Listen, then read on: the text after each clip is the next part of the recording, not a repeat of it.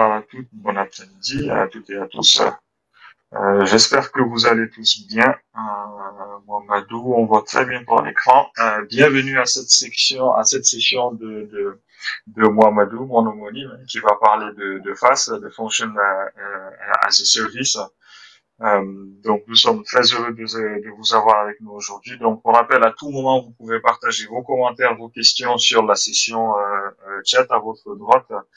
N'hésitez pas à dropper vos questions soit dans la partie Q&A, soit dans la partie chat. Mohamedou se fera le plaisir de répondre à la fin de la session. Et pareil, à la fin de session, je vais vous partager un questionnaire de satisfaction. C'est vraiment très important pour nous pour voir comment est-ce qu'on va s'améliorer pour les prochaines sessions à venir. Donc, on veut avoir vos feedbacks. On serait heureux de les avoir, bien évidemment. Je passe la main à Mohamedou pour commencer sa session. Et à tout à l'heure. Bonne session. Ok, merci beaucoup. Euh, je vais essayer de partager mon écran et de mettre en mode présentation. Vous me dites si c'est OK et que vous voyez bien. C'est OK. OK, parfait. Du coup, sans plus tarder, on va commencer. Du coup, bonjour à tous. Et je suis très content d'être là en tant que speaker à cette journée du cloud. Et merci à vous aussi d'être présent à cette session aussi. Donc, on va parler principalement de FAS, de Functional Service, de serverless, de conception d'applications et de cloud notamment. Donc, pour rester un peu dans le cadre de la journée. Alors, je suis Mohamed Mangasuba, architecte solution cloud et en même temps ingénieur de recherche. Et voilà, au quotidien, je travaille sur les services d'AWS, mais également sur des thématiques de recherche qui sont liées au serverless, au FAS et au système distribué de façon générale. Alors, le long de la présentation, donc nous allons dans nos premiers temps essayer de définir qu'est-ce que le FAS, c'est quoi le Functional Service, et ensuite on va essayer de positionner le FAS par rapport aux architectures traditionnelles qu'on a en ce moment, à savoir le microservices et le monolithique, qui sont les deux les plus connus, avant de rentrer dans le vif du sujet, où on va parler de conception proprement dite d'application FAS, avec les deux grandes familles qu'on a en ce moment, notamment le stateful et le stateless, avant de terminer par un résumé global. Alors, qu'est-ce que le FAS? C'est une question qui est très intéressante parce que, bon, comme on le voit maintenant, l'informatique, ça évolue très vite. Surtout avec l'avènement des cloud providers, on voit qu'il y a de plus en plus d'outils, de services, de concepts dans le monde de l'informatique. Et le FAS s'inscrit un peu dans cette logique-là, dans cette dynamique-là d'innovation dans le monde de l'informatique. Je suppose qu'il y a certainement des développeurs ou des DevOps dans l'audience. Et du coup, lorsque vous développez ou que vous opérez vos applications, donc il y a des étapes incontournables sur lesquelles on doit passer avant d'avoir une application qui tourne proprement et s'assurer que tout va très bien. Donc, parmi ces étapes, il y a notamment le fait de provisionner et de dimensionner les serveurs. Donc, voilà, avant de déployer l'application, donc il y a cette tâche-là en amont où on se dit, OK, on a notre application à déployer quelque part dans le cloud on-prem. Du coup, il nous faut combien de machines, combien de serveurs. Chaque serveur, on a besoin de combien de CPU, combien de RAM, combien de gigas de RAM, qu'est-ce qu'il faut, etc. Est-ce qu'il faut un cluster ou pas? Donc, c'est des questions à se poser pour un peu dimensionner le load serveur. Il y a aussi à mettre en place une équipe qui est en charge de la gestion de l'infrastructure. Une fois que l'application est déployée, donc il faut s'assurer que tout fonctionne bien. Donc il y a vraiment cette gestion de l'infrastructure à mettre en place, s'assurer qu'il n'y a pas d'erreur, que ça ne crache pas, que ça répond aux besoins des utilisateurs. Et voilà. Du coup, parfois même mettre en place carrément une équipe qui est dédiée à la gestion de l'infrastructure. Il y a aussi la gestion de tout ce qui est mise à jour de l'OS et des pages de sécurité. Donc, l'application, naturellement, ou bien les applications, elles évoluent. Donc, il y a tout le temps de nouvelles versions qui sont mises à jour. Donc voilà, il y a ce besoin tout le temps de redéployer l'application, ou bien s'il y a des failles de sécurité qui sont au niveau de l'OS, donc voir un peu comment mettre à jour l'OS et ou bien gérer les patchs de sécurité. Et aussi il y a la gestion de la maintenance. Il y a aussi la maintenance plutôt, et s'assurer qu'en fait que globalement l'application a de très bonnes performances, qu'il n'y a pas de latence, que c'est résilient, que c'est hautement disponible et que tout fonctionne bien à tout moment, donc indépendamment des pics de trafic au niveau de l'application. Maintenant là, vous conviendrez avec moi que ça peut être une grosse prise de tête pour l'équipe en charge de l'infrastructure, parce que voilà, donc s'assurer que c'est bien monitoré, qu'on a une bonne observabilité, que tout se passe bien, que ça ne crache pas, et quand ça crache, avoir des mécanismes pour faire des rollbacks, s'assurer que voilà qu'il n'y a pas de période de downtime très élevée. Donc voilà, ça peut être assez compliqué et ça dépend aussi de l'application et de sa complexité aussi. Donc et voilà. Bien vrai qu'il y a beaucoup d'outils en ce moment avec le cloud maintenant qui permettent un peu de faciliter cela, mais ça demande aussi d'avoir une main-d'œuvre qualifiée et parfois des gens qui sont en astreinte pour s'assurer que voilà qu'on a un monitoring en continu, en performance, en permanence sur l'infrastructure, sur les serveurs. Et voilà, donc ça peut être. Et moi, pour la petite histoire, je me souviens lorsque j'avais créé mon blog il y a cela 2 ans, donc je l'avais déployé sur un site web monolithique. Je l'avais déployé plutôt sur un serveur monolithique. Et voilà, lors de mes phases de test, tout allait très bien. J'ai testé, il y avait que moi qui me connectais en bac. Et voilà, donc j'ai fait mes tests, tout allait bien. Et ensuite, à un moment donné, j'ai fait l'annonce à tout le monde que voilà, allez rejoindre mon site web. J'ai un blog et tout. Et à ce moment-là, j'ai eu une très grande surfroide parce que beaucoup de gens se sont connectés sur mon application, sur mon site plutôt. Et voilà, et ça a créé d'énormes latences parce que je pensais pas que j'aurais autant de trafic. Et j'étais là en mode catastrophe pour voir un peu comment je pourrais scaler mon site web à l'instant qui était sur un site, qui était sur une infrastructure monolithique. Donc voilà, donc ça m'a pris après 1 heure de temps où j'étais là à savoir qu'est-ce qu'il fallait faire et ça a créé une très grande, une mauvaise expérience utilisateur au début. Donc voilà, pour un peu dire que c'est pas facile en fait de s'assurer un peu de la scalabilité et de la gestion de l'infrastructure. Et du coup, c'est là qu'en fait que vient le face à la rescousse. Donc si je peux dire ça, le face c'est le function as a service. Donc comme vous le voyez sur cette image-là, donc avec le FAS, donc tout ce qui est gestion de l'infrastructure, et c'est délégué à la plateforme FAS, très souvent le cloud provider. Donc laissant le soin au développeur de se focaliser seulement sur son code et sur sa logique. Donc voilà. Donc je l'illustre ici à travers cette image-là aussi. Donc on a une séparation nette en fait dans l'application qui est subdivisée en plusieurs fonctions et que voilà le développeur, donc l'équipe en charge du développement de l'application, donc ne se focalise que sur voilà comment bien coder l'application, quels sont les frameworks à utiliser, etc., etc., et le langage de programmation à utiliser. Et tout ce qui est gestion de l'OS, du stockage, du réseau et tout, tout est délégué à la plateforme FAS. Donc, laissant donc plus le soin aux développeurs d'être beaucoup plus confiants et d'avancer plus vite en fait par rapport au développement et au déploiement de son application. Donc, concrètement, comment ça se passe lorsqu'on exécute une fonction serverless? Donc, il faut voir qu'il y a 2 entités. Il y a d'abord l'utilisateur, donc qui est le développeur qui code son application, ou bien l'utilisateur final, donc qui utilise l'application, et la plateforme face, là où l'application est déployée. Mais dans un premier temps, le développeur il écrit son code, il écrit sa fonction. Et là, quand je dis fonction, c'est fonction au sens programmatique. Donc, c'est une fonction Python, Java, qui fait du hello world ou qui fait 2 plus 2 égale 4. Bon, voilà, ça dépend un peu de ce qu'il veut faire. Donc, il écrit son code et le code, il est packagé et envoyé à la plateforme face. Donc, ça, c'est la première étape.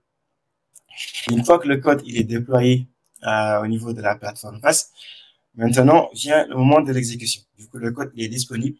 Donc, l'utilisateur peut invoquer la fonction pour qu'elle s'exécute, ou bien aussi un événement peut déclencher l'invocation de la fonction. Quand l'événement, ça peut être un process, un cron job, voilà. Donc, on lise l'événement ou l'invocation à la fonction. Et lorsque cette invocation est faite, voilà, qu'est-ce qui se passe au niveau de la plateforme face? Dans un premier temps, le code, il est téléchargé. Le code précédemment déployé, il est téléchargé.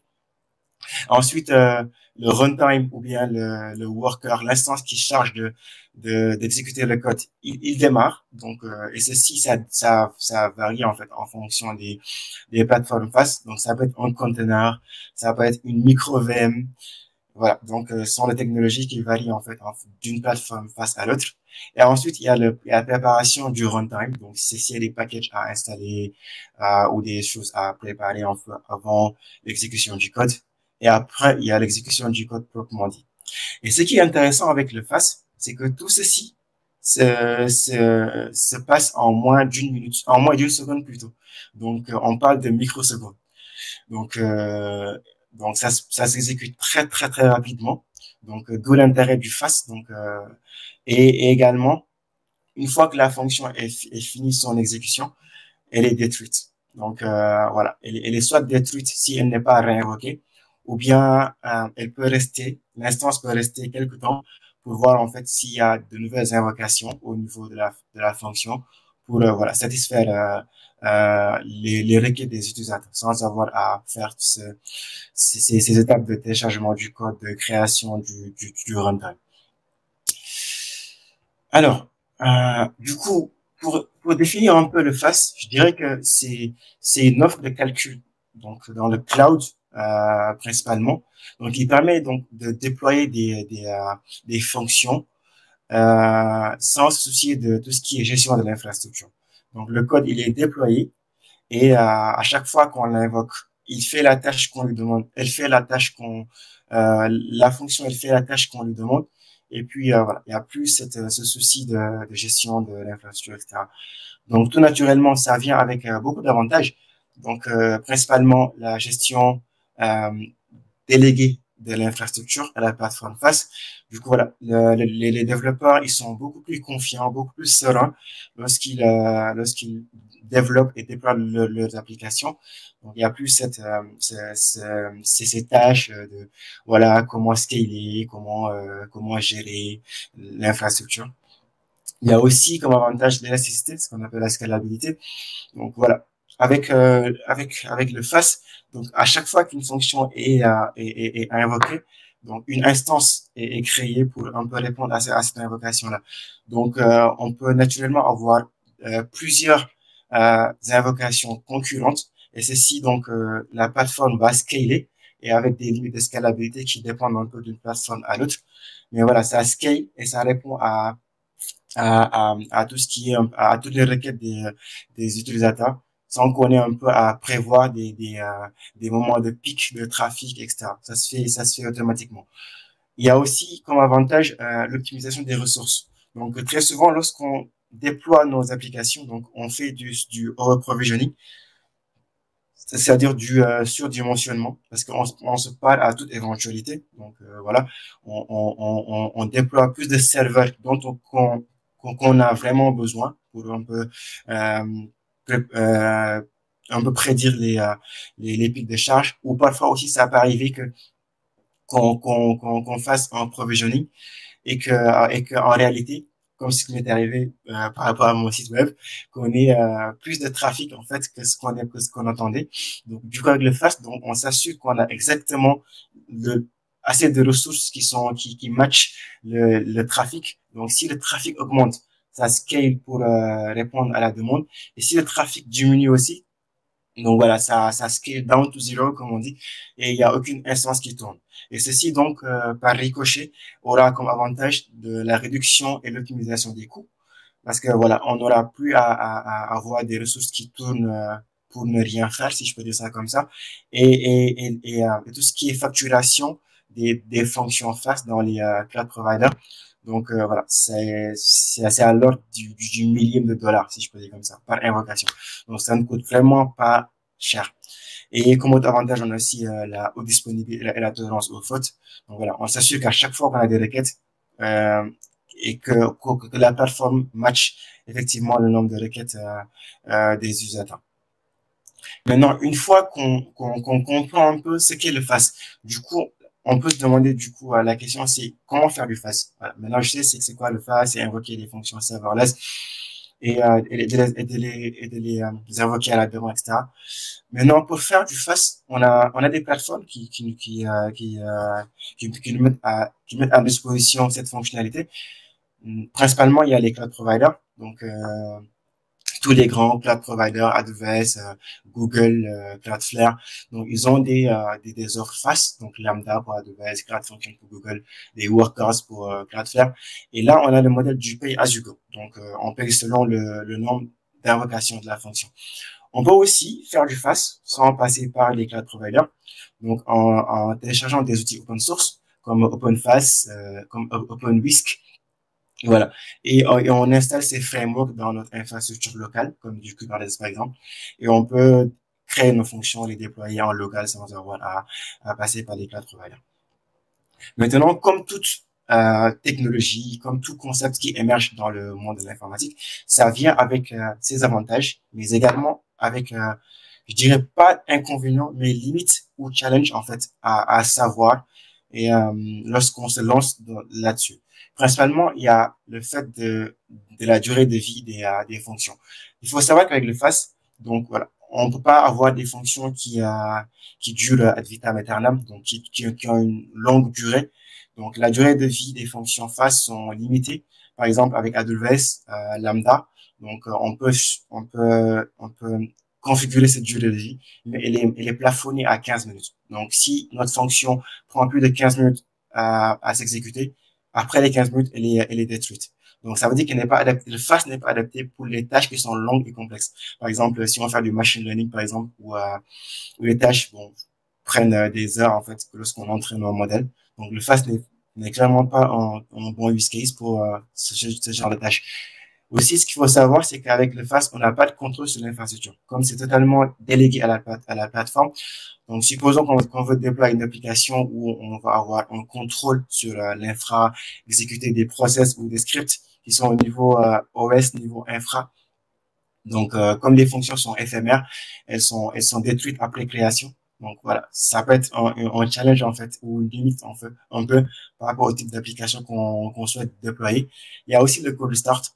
Donc comme j'ai expliqué tantôt, lorsqu'on invoque une fonction, ça prend quelques millisecondes des centaines de millisecondes. Bon, ça dépend de la plateforme face, mais le temps que ça prend pour télécharger le code, préparer le runtime avant d'exécuter le code, c'est ça qu'on appelle le cold start.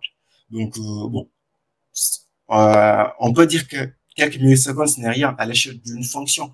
Mais si on a une application qui scale, une grande application, très, très complexe, donc là, on peut avoir, bon, ça peut créer des latences et dépendant de la criticité de l'application, voilà, on peut avoir des latences et du coup, ça peut être un challenge à connaître et à essayer de voir comment on va le surmonter lorsqu'on se lance dans le fast.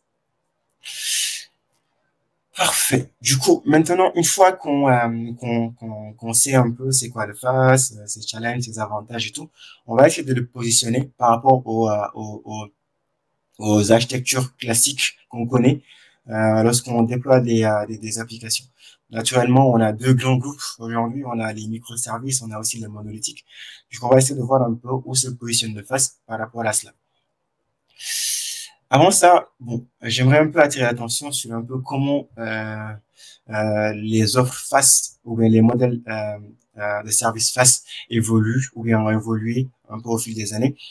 Parce que bon, lorsque le cloud a débuté, donc on avait principalement des, euh, des offres IaaS, infrastructure as a service. Du coup, le cloud provider vous dit, OK, vous avez votre infrastructure, vos machines, vous en faites ce que vous voulez. Donc, c'est à vous d'installer vos OS, le runtime qu'il faut, les applications, voilà. Du coup, si vous avez carte blanche par rapport à cela. Et ensuite, ceci a évolué avec d'autres modèles, notamment avec le PaaS, le Platform as a Service. Comme ils ont vu que bon, les développeurs ont, par exemple, des gens veulent déployer des applications avec du Python ou du Node.js. Voilà. Donc, ils se sont dit, OK, on va mettre du coup à disposition des développeurs des plateformes qui sont carrément dédiées avec tout ce qui est OS et runtime configuré pour leur application. Du coup, voilà, au-dessus de cette plateforme, ils n'auront qu'à déployer leur application. Et voilà, et ça va tourner sans qu'ils n'aient à faire toutes ces configurations eux-mêmes. Et du coup, dans cette continuité, c'est dans cette continuité-là qu'on a vu qu'on a vu le FAS ou bien le développement du FAS. Donc voilà. Maintenant, le cloud provider a beaucoup plus de contrôle sur l'infrastructure, donc laissant le soin aux développeurs de se focaliser que sur les fonctions et les données qui sont manipulées au niveau des fonctions. Et tout ce qui est en bas, c'est totalement délégué en charge par la plateforme FAS.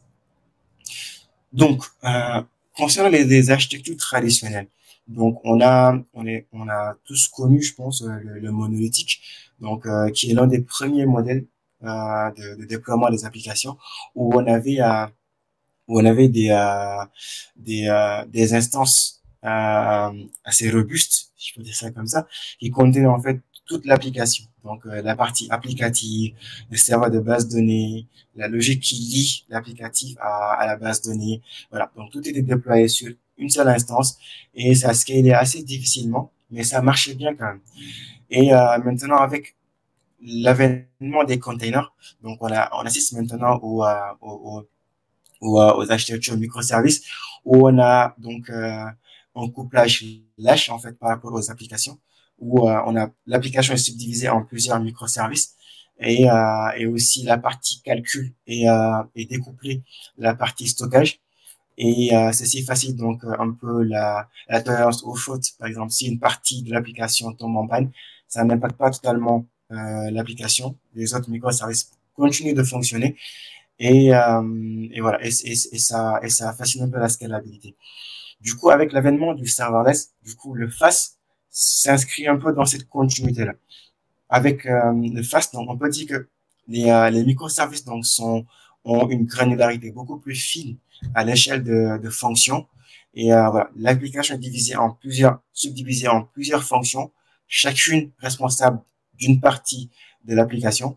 Et voilà, naturellement, donc il y a un gros travail d'orchestration à faire pour un peu s'assurer que ça fonctionne bien, qu'il n'y a pas de, qu'il n'y a pas d'erreur, qu'il n'y a pas et que c'est résilient aussi également. Et ceci nous mène à voilà comment construire une application FAS. Euh, et on va commencer par la partie stateful. Donc une application stateful FAS. Du coup, qu'est-ce qu'une application stateful FAS? Donc c'est une application donc où on a cette notion d'état global qui est stocké. Parce que rappelez-vous un peu, lorsqu'on déploie nos fonctions FAS, les fonctions elles sont éphémères. Elles sont c'est-à-dire que lorsqu'on déploie la fonction, elle fait la tâche qui lui est assignée et ensuite elle est détruite. Maintenant, avec le stateful FAS, on a, indépendamment de l'exécution ou de la création des fonctions, un état global qui est stocké. Et par exemple, supposons qu'on a une application de réservation de billets d'avion qui est déployée avec des fonctions serverless. Du coup, bon, à chaque fois qu'un utilisateur fait une requête sur la plateforme pour réserver un billet, une fonction serverless est instanciée pour on peut exécuter l'action. Maintenant, bon, à chaque fois que la fonction est déployée et qu'elle est détruite, parallèlement à ça, on doit tout le temps avoir l'état global de l'application, c'est-à-dire on doit tout le temps être au courant de combien de sièges il reste par rapport à un vol bien défini et chaque fois que une fonction est déployée et que et qu'on met à jour la base de données pour dire ok maintenant il y a moins de sièges restants. Donc, c'est un état global qui est stocké, qui est maintenu, indépendamment de l'exécution des fonctions. Donc, c'est juste un exemple pour vous dire avec le stateful fast, donc voilà, on a des fonctions qui s'exécutent et qui se détruisent à la volée. Mais mais toujours en parallèle, on a cette notion d'état global de l'application qui est stockée. Et ceci donc, et dans ce cas d'utilisation, donc les questions de latence sont très importantes et de résilience aussi, parce que on peut avoir des milliers de requêtes concurrentes sur la plateforme ou bien sur l'application qui manipulent les mêmes données. Donc voilà, il faut s'assurer que on a toujours cette notion de consistance des bases de données et que globalement, quand une fonction fail, qu'il y a un mécanisme un peu pour orchestrer cela. Donc s'assurer qu'il y a un très grand niveau d'orchestration entre les fonctions. Et dans une application face aussi, on a souvent les fonctions qui communiquent entre elles. Parce qu'une fonction est responsable d'une partie de l'application et peut avoir besoin d'une autre partie. Supposons qu'on fait un get user by ID et en même temps on va envoyer une notification à cet user là. Supposons qu'il y a deux fonctions qui chacune fait une tâche bien définie, donc elles auront besoin de communiquer entre elles, d'où l'importance d'avoir un mécanisme d'orchestration assez fort par rapport aux fonctions. Et évidemment aussi, on a un tiers de stockage qui est forcément nécessaire. Donc ça peut être du key value store ou, euh, ou, euh, ou bien un object store où les fonctions donc peuvent persister dynamiquement l'état global de l'application. Donc là, comme use case, donc ce sont les applications mobiles web, donc on peut déployer en mode serverless avec des fonctions face, ou pour ceux qui font du big data, donc on peut faire du MapReduce par exemple lorsqu'on a une tâche big data assez complexe à faire avec des fonctions serverless, chacun responsable d'une partie. Donc naturellement, il y a une grande partie d'orchestration donc qui va intervenir à ce niveau. Alors, on va prendre en use case donc une application web donc qu'on va vouloir designer avec des fonctions face. Donc voilà. Donc là, on a deux grands on a dans un premier temps les clients, donc celui qui utilise ou bien ceux qui utilisent l'application et la plateforme face qui héberge l'application. Maintenant, comme on est dans du stateful fast, on a forcément besoin d'un tiers de stockage et on a aussi besoin naturellement d'un tiers de calcul où seront déployées nos fonctions. Et voilà. Et du coup, les fonctions peuvent aller stocker de l'information au niveau du stockage persistant ou aller récupérer l'information aussi à ce niveau. Ou bien, si deux fonctions veulent communiquer, ça peut se faire aussi directement à travers le stockage persistant, donc qui sera vu un peu comme la source de vérité globale de l'application. Et on aura besoin aussi d'un gateway, donc qui va permettre, donc lorsque les utilisateurs vont essayer de faire une requête, par exemple, comme si on revient à l'application, l'exemple que j'ai donné tantôt, à l'application qui fait la réservation de billets d'avion. Donc lorsque l'utilisateur fait une requête sur la plateforme, donc la porte d'entrée sera le gateway, donc il va rediriger en fait la requête vers la plateforme, vers plutôt la fonction euh, à invoquer. Et la fonction, elle s'exécute. Donc, si elle a besoin de persister ou de récupérer de la donnée, donc ça se fait via le stockage, le tiers de stockage. Et ensuite, en résultat, sera retourné au client. Donc, ce qu'il faut savoir un peu avec cette architecture-là, cette façon de concevoir-là, bon, il y a plusieurs façons de concevoir une application. Donc, il y a voilà, dépendant un peu de la complexité de l'application et un peu des exigences. Mais dans cette façon de faire, en fait, vous voyez qu'on a un peu fait une désagrégation du stockage et du calcul. Et ceci donc permet un peu de scaler un peu le tiers de calcul indépendamment du tiers de stockage. Donc, par exemple, supposons qu'on a des milliers de requêtes concurrentes qui arrivent au niveau de la plateforme. Donc ça permet un peu qu'on connaît des fonctions qui peuvent être spawnées très rapidement et qui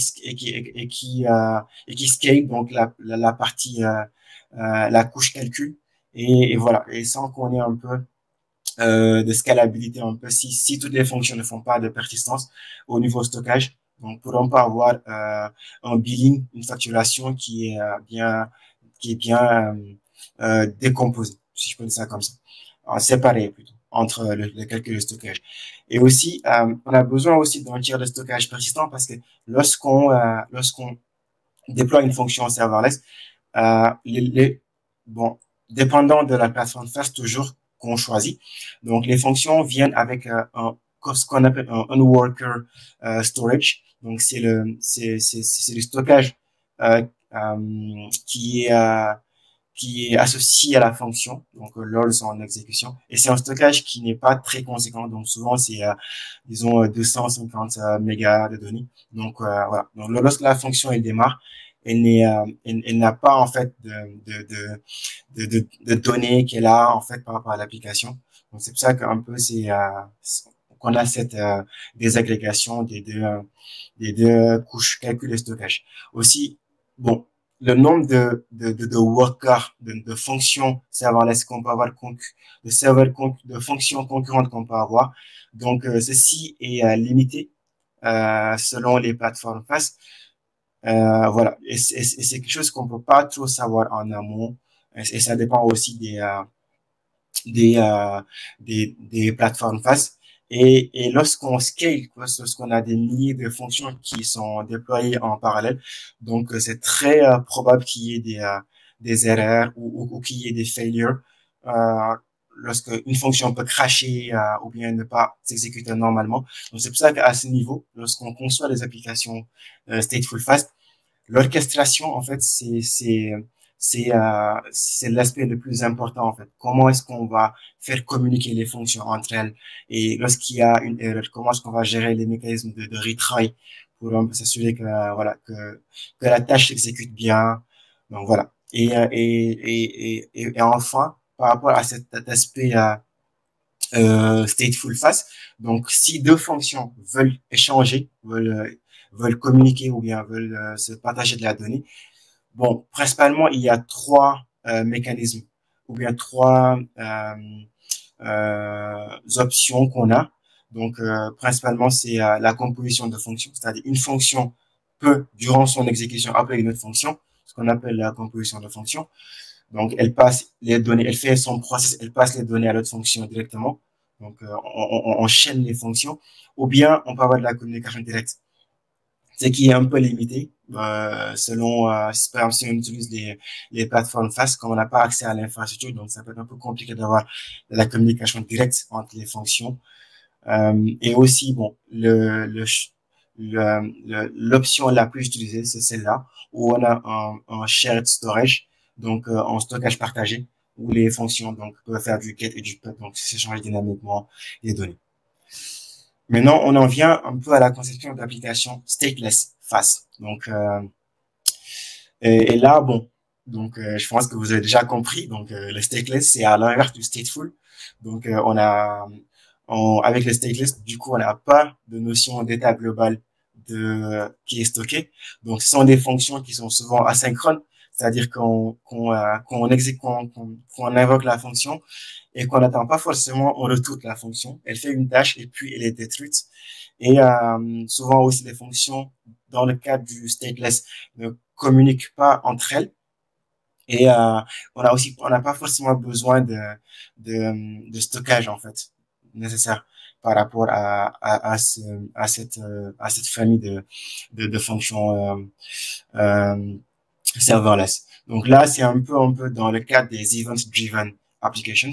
Donc des applications où on a un événement qui se produit, on déclenche une action, une fonction serverless, il fait une action bien définie, et puis voilà. Donc et principalement comme use case, donc ce sont des cron jobs. Donc on peut créer des cron jobs avec des fonctions fast. Du coup, à chaque fois qu'il y a un événement qui se produit, donc ça s'exécute, ça fait la tâche qui lui est demandée, et puis voilà, c'est soit alerter quelqu'un, ou bien faire une action bien définie, ou bien dans le contexte de l'IoT, où on a un ensemble de capteurs qu'on a et qui, à chaque fois qu'il y a un événement, donc déclenche une fonction qui fait une tâche bien définie, et puis ça s'arrête là. Donc on va un peu, dans la même logique, essayer de voir ça en détail avec une architecture IoT. Donc là, supposons qu'on a un autre capteur en fait qu'on a déployé un peu partout dans notre maison. Prenons cet exemple-là. et que on veut, par exemple, qu'on ait une alerte à chaque fois que la température excède 25 degrés, par exemple. Donc, c'est un cas très simple. Du coup, là, on a la première partie qui est les événements qui sont gérés par les capteurs. Du coup, on déploie nos capteurs un peu partout dans la maison ou dans le bâtiment et qui peuvent détecter un peu si oui ou non l'événement se produit. Et une fois que l'événement se produit, du coup, les événements du coup vont déclencher des fonctions serverless qui vont exécuter des actions bien définies. Donc ça peut être soit envoyer un mail, donc dire ok, donc il y a telle action qui s'est passée, donc on t'informe que ça s'est passé. Donc on n'a pas forcément besoin de stockage, donc en amont ou en aval après. Ou bien ça peut être comme action de déclencher un autre capteur ou par exemple de stocker juste l'information quelque part sans qu'on ait pour faire des études ultérieures après, voilà. Et avec du stateless fast, donc la fonction lorsqu'elle s'exécute, elle n'a pas besoin de savoir où est l'état, c'est quoi l'état en fait actuel de l'application. Par exemple, avec du stateful, lorsqu'une nouvelle fonction, par exemple, se déclenche pour faire une nouvelle réservation de billets d'avion, elle doit être au courant en fait de l'état actuel s'il y a assez de billets restants et après mettre à jour l'état. Mais ici, avec du stateless, donc on n'a pas cette notion. C'est juste une action qui s'exécute et puis voilà. Donc c'est un peu ça, un peu la différence entre du stateful et du stateless, et aussi globalement des notions à savoir un peu lorsqu'on se lance dans la conception d'applications stateful ou stateless avec du fast. Donc ceci me mène à la fin de cette session où je vais essayer de faire un petit récapitulatif un peu en montrant l'historique un peu du fast. Donc avant le FAS, donc tout naturellement, il y avait toujours de l'informatique, voilà. Donc et les gens et les développeurs déployaient toujours leur application, mais du coup vers 2013, un peu avant le lancement de la première FAS, du coup voilà, pour déployer les applications, on se basait plutôt sur les plateformes sur du PaaS. Donc les cloud providers mettaient à disposition des outils comme des services comme App Engine de Google, Beanstalk d'AWS, Azure Pass ou Heroku. Voilà. Du coup, on avait toute une application, toute une plateforme plutôt prête à hacker notre application. Et le FAS a vu le jour en 2014 avec le lancement de la première offre avec Lambda, qui est l'offre FAS d'AWS et qui était très prometteur. Donc, à savoir et qui avait beaucoup d'avantages. Le fait qu'on n'ait pas à gérer l'infrastructure, le fait qu'on ait une grande élasticité, plus de rentabilité et une optimisation des ressources. Et depuis, donc, on a vu l'essor, en fait, des plateformes FaaS, des offres serverless de façon générale et qui ne cessent d'évoluer, en fait. Du coup, maintenant, avec du FaaS, voilà, le FaaS a vraiment émergé. On a de plus en plus des use cases avec du FaaS. On peut avoir des applications web, mobiles, comme je l'expliquais un peu dans les slides qui précèdent. Et on peut aussi concevoir des applications avec des applications IoT avec du FaaS. On peut faire du big data avec des serveurs FaaS. On peut orchestrer des conteneurs aussi. Donc voilà. Donc ça ne cesse d'être utilisé aujourd'hui. Et du coup, l'avenir du FaaS, donc il est prometteur, je dirais. Et donc voilà, je dirais qu'on va, à mon avis, plus évoluer vers du stateful FaaS parce que il faut savoir que le functional service, le FaaS, c'est initialement conçu pour être du stateless. Donc c'est pas à la base conçu pour être stateful. Donc les outils qui permettent de faire du stateful fast ne sont pas encore matures. Donc il y a beaucoup de recherches qui sont en cours par rapport à ça pour permettre d'avoir des outils qui font beaucoup plus d'orchestration des fonctions. Donc ça peut être des outils on-prem mis à disposition par des chercheurs ou même au niveau des plateformes FAS, on voit avec Step Function, qui est un outil d'AWS, qui permet un peu, voilà, de gérer un peu et d'orchestrer les fonctions, de gérer les retries quand ça fail, etc. Aussi, l'avenir du FAS, je dirais qu'on va assister à une colocation du calcul du stockage. Donc, on voit que il y a de plus en plus des agrégations du stockage et du calcul. Maintenant, les recherches progressent et du coup, maintenant, on peut, à l'avenir, disons, on pourra exécuter les fonctions là où se trouvent les données. Donc, on peut minimiser la latence qu'il y a entre les deux couches. Et bon, pour finir, je dirais, bon, disons, on peut avoir des supercomputers dans le cloud, puisque voilà, au lieu de louer des machines super giga puissantes avec beaucoup de ressources, donc on peut envisager de faire les mêmes tâches avec des fonctions serverless pour réduire les coûts. Et naturellement, ça va demander beaucoup plus d'orchestration à ce niveau-là. Donc, ceci met fin à ma présentation et je vous remercie de votre attention. Je sais pas s'il y a des questions. Merci beaucoup, Mohamedou. On a 6 questions dans le chat. La Ouais. première question, je ne sais pas, Boubacar, si tu n'as pas encore eu de réponse, il voulait que tu insistes un peu plus sur la différence avec les SAS. Avec le SAS et le FAS. FAS. Ok.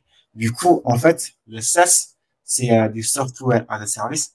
Donc, avec le SAS, c'est un outil que la plateforme ou bien que le cloud provider met à disposition. Donc, c'est une application, disons, c'est une application ou un outil déjà packagé, déjà développé. Et voilà. Du coup, là, c'est juste que vous venez utiliser l'outil et c'est pas à vous de la concevoir, c'est pas à vous de la gérer et tout. Alors qu'avec le FAS, c'est juste l'infrastructure qui est gérée par la plateforme, mais c'est à vous de déployer vos fonctions et de gérer la logique un peu comme je l'expliquais. Et voilà. Du coup, c'est ça principalement la différence. C'est le niveau d'intervention, si je peux dire ça comme ça. Super. Donc, il y a la deuxième question de Songalo Sidibé. Donc, quels sont les cas d'usage les plus appropriés pour l'utilisation des offres SAS? Les cas d'usage FAS. Pardon. les plus appropriés. Bon, comme je disais maintenant, bon, le FAS idéal, originellement, il a été conçu pour être du stateless. Donc, pour le moment, les cas les plus appropriés, c'est les applications stateless où on invoque la fonction, elle fait une tâche bien définie et puis voilà, et puis elle est détruite à la fin.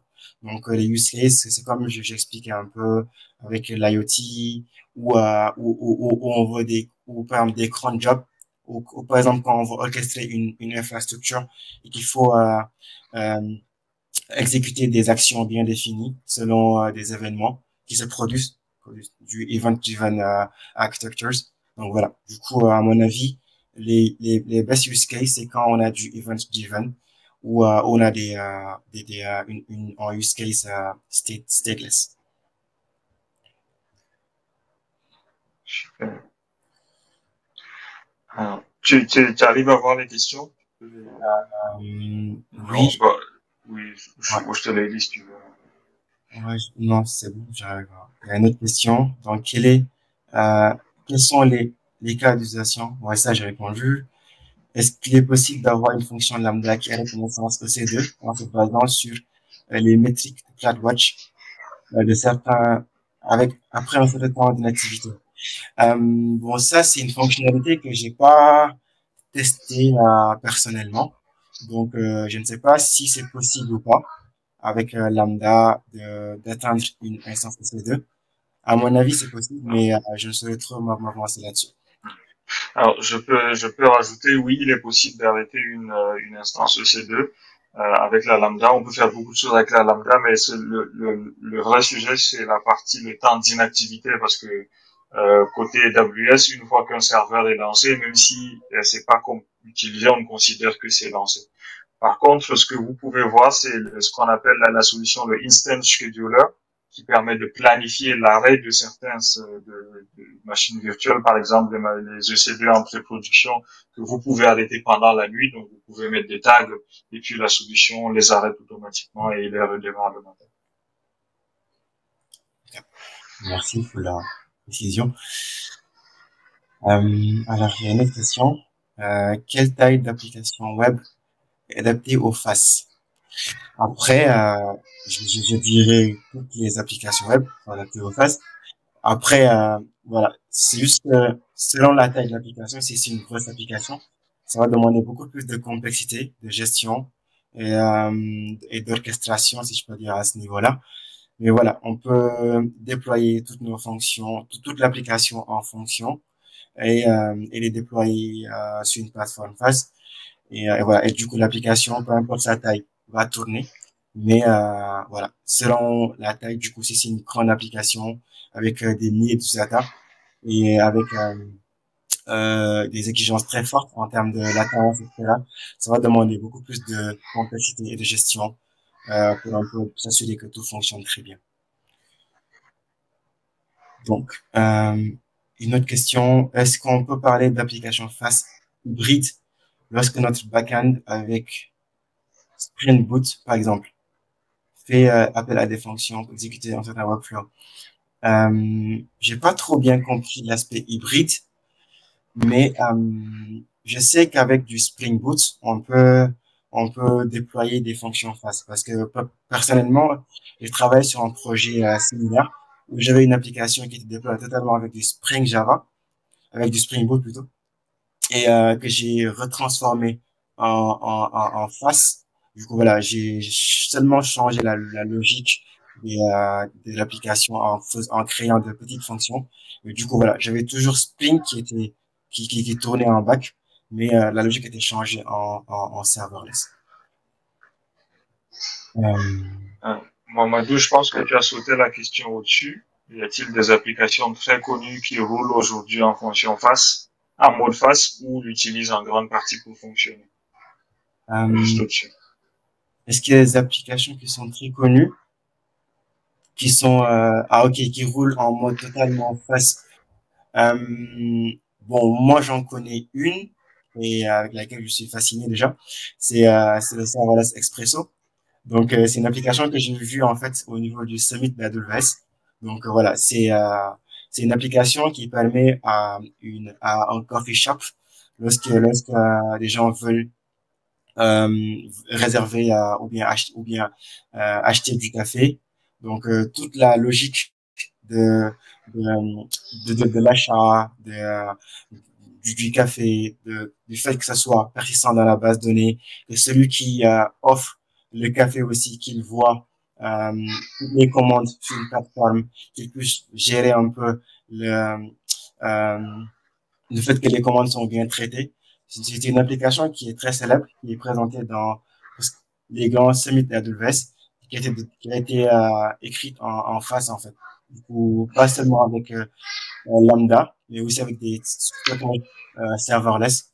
Donc voilà. Mais naturellement, il y a sûrement beaucoup d'autres applications qui ont été ou bien euh, qui se basent sur des faces en fait. Il y a également eCloud Guru, qu'on connaît certainement beaucoup. Hein. eCloud Guru, la plateforme qui permet de faire des cours en ligne sur plusieurs cloud providers, qui est aussi entièrement conçu sur du Function as a Service et du serverless.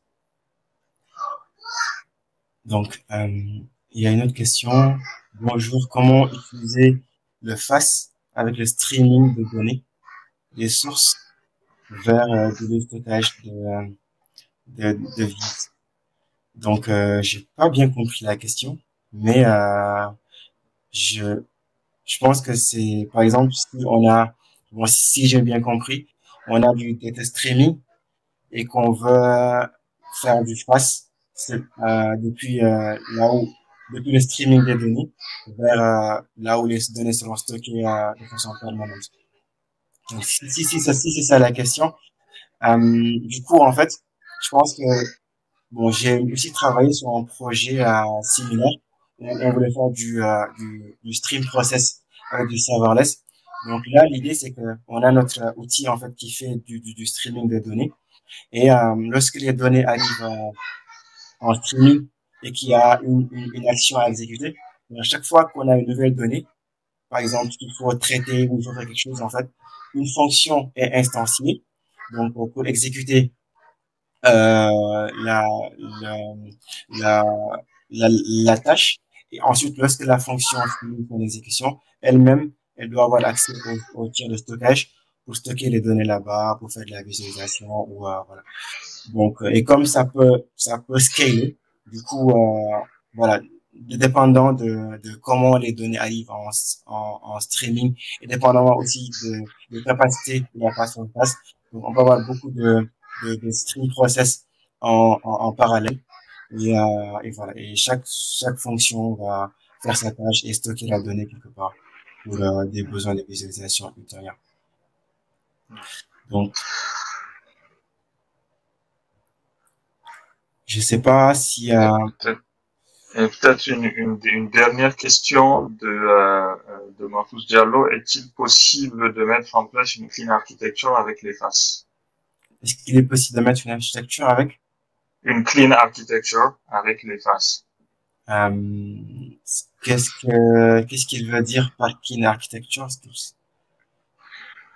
Euh, Oui, c'est certainement les best practices de coding, voilà, tout ce qu'on voit dans le monde du développement classique. Est-ce qu'on peut les appliquer aussi lorsqu'on développe avec du function as a service? Ah, ok. Ouais, bien évidemment, oui, c'est bien possible. Après, voilà, il y a tout un tas de questions à se poser, donc par rapport à l'architecture. Et ça dépend aussi un peu des exigences, comme je le dis souvent aussi, de l'application. Mais voilà, il y a des architectures où, par exemple, où on a, supposons que c'est une architecture où on est très sensible à la latence.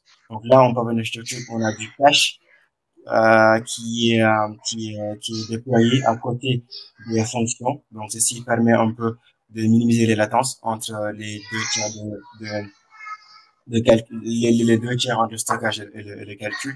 Il y a aussi le choix du langage de programmation, donc qui est aussi quelque chose à prendre en compte avant de se lancer dans le FAST. Et voilà. Et le choix de la plateforme aussi. Donc voilà. Ça dépend, je dirais, un peu des exigences, mais effectivement, c'est bien possible. Toujours le monde du software development, en fait. Merci beaucoup. On a atteint notre délai. Et pour ceux qui ont toujours des questions, vous pouvez aller sur la table ronde des speakers, continuer à les poser. Euh, donc on a atteint la fin de la session et j'aimerais vraiment vous remercier. Donc j'ai pasté, j'ai fait un copie-paste, j'ai collé le lien du survey. Donc n'hésitez pas à y aller et puis nous donner votre feedback. Euh, merci beaucoup Mohamedou. Merci à vous et bonne Je journée. suis désolé pour la question. Au revoir. Bonne journée à vous et ça se passe sur Airmeet pour la suite. Merci beaucoup pour votre présence et portez-vous bien. Et bye. Au revoir.